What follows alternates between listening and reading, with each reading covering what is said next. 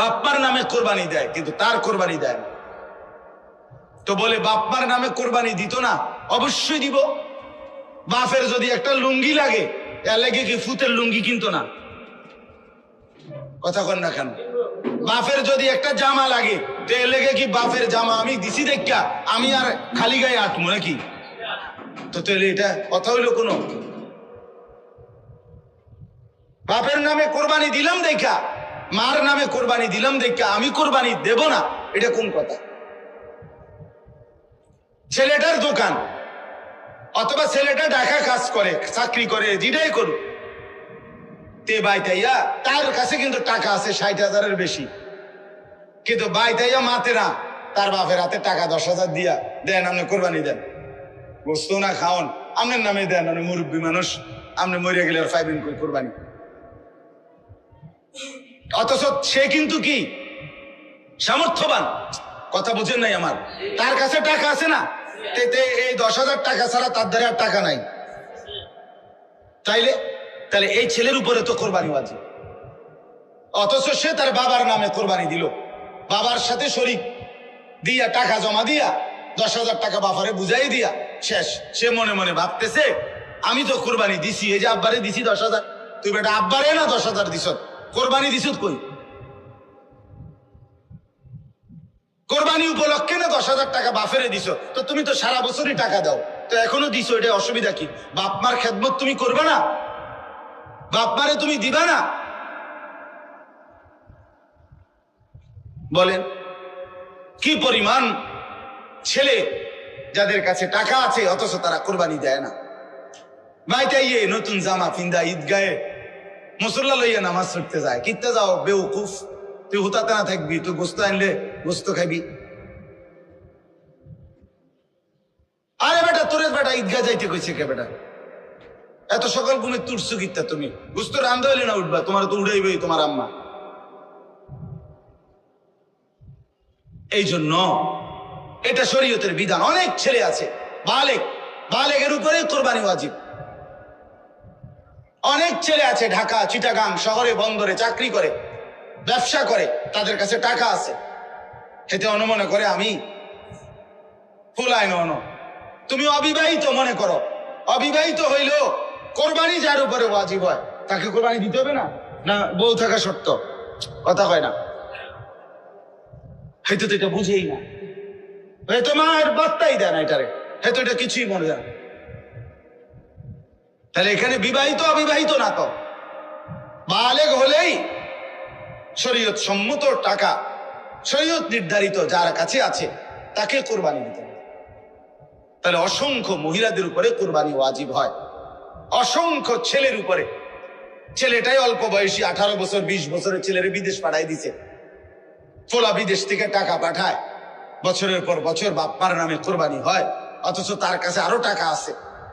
তাহলে ওই টাকাগুলোর কারণে তো তার উপরে কোরবানি ওয়াজিব। এই জন্য দয়া করে বাপ, আরো অনেক মাসালা আছে, আমি শুধু বুঝায় বলবো। ওই 2 ভাই চাকরি করে অথবা 2 ভাই ব্যবসা করে, দোনো ভাই আলাদা 2টা দোয়ান, কিন্তু সংসারে একসাথে অন, এমন আছে না? মানে বিধু হয়েছে না আর কি, দোনো ভাই, বাপ মাও আছে ঘরে, তো বাপ মার লগে একসাথে খায়।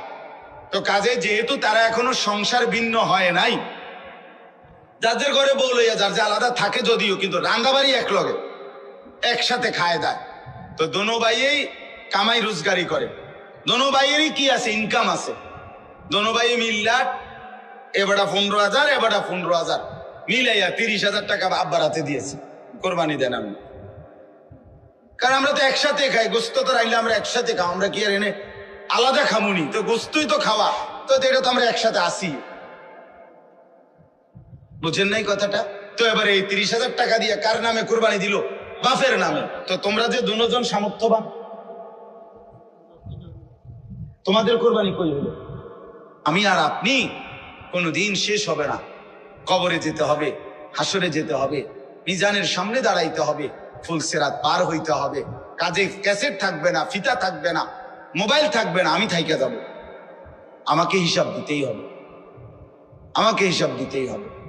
এই জন্য বন্ধুরা মনে রাখতে হবে, সমবয়সী বন্ধু, তোমার এই আড্ডার সঙ্গী কবরের সঙ্গী না, আখিরাতের সঙ্গী। যে কিছুক্ষণ টাকা পয়সা, মোবাইল অথবা শরীরের ফুর্তি করার সামর্থ্য আছে, ওটুকুরই সঙ্গী, ফুরায় গেলে আর নাই। কোরবানির কথাটা এবার বলি একটু, এরপরে তরজমা বলুন। কোরবানির বিষয়ে দেখেন, শুধু একটা উদাহরণ শুনেন। কোন মুসলমান কোরবানির 3 দিন অর্থাৎ 10ই জিলহজ কোরবানি হয়, যেদিন আমরা কোরবানি করি এটারই কয় 10ই জিলহজ। তো কোরবানির দিন এবং তার পরের 2 দিন, হুজুরের মোবাইলটা সাউন্ড করে দেন তো, সাউন্ড করে দেন। তো 10, 11, 12 জিলহজ মাসের এই 3 দিন, মানে কোরবানির দিন আমরা যেটারে বলি তার পরের 2 দিন সহ, এই 3 দিনের ভিতরে যদি কারো কাছে 52.5 বড়ি রূপার সমপরিমাণ টাকা মূল্য থাকে, তাহলে তার উপরে কোরবানি ওয়াজিব। 52.5 বড়ি রূপার দাম সর্বোচ্চ যদি 1000 টাকা করে হয় বড়ি, রূপার বড়ি কম, স্বর্ণের বড়ি বেশি। রূপার বড়ি 1000, 1200, 1300, কখনো কখনো 700-800 টাকাও হয়। তাইলে যদি 1000 করে গড়ে হয় তাহলে 52,500, 52,500 কিনা এই ঈদের দিন, কোরবানির ঈদের দিন এবং তারপরের 2 দিনের মধ্যে যে কোনো টাইমে কারো কাছে যদি নিজের ঘরের এই মৌলিক প্রয়োজন, ওই যেটা আমি বললাম হাওয়ায় যে আসলি, বউ বাচ্চার বাজার, ওষুধপত্র সহ আমরা মৌলিক খরচ যেটা মোটা দাগের, এই মৌলিক খরচ যা তার অতিরিক্ত যদি ওই পরিমাণ টাকা সম্পদ কারো কাছে থাকে, তার উপরে কোরবানি ওয়াজিব। আল্লাহ রাসূল সাল্লাল্লাহু আলাইহি ওয়াসাল্লাম বলেন, যার উপরে কোরবানি ওয়াজিব হলো অথচ কোরবানি সে করলো না, রাসূলুল্লাহ সাল্লাল্লাহু আলাইহি ওয়াসাল্লাম স্পষ্ট বলছেন, ফালা ইয়াকরাবান্না মুসাল্লানা, সে যেন ঈদগাহে না আসে, সে যেন আমাদের নামাজে না আসে। এই অপদার্থ তুই ঈদের নামাজ পড়তে আসবি না। রাসূলুল্লাহ সাল্লাল্লাহু আলাইহি ওয়াসাল্লাম স্পষ্ট নিষেধ করছে, নাফরমান তুই আসবি না, তুই উঠতেলা, তুই ঘরে থাক। বলেন,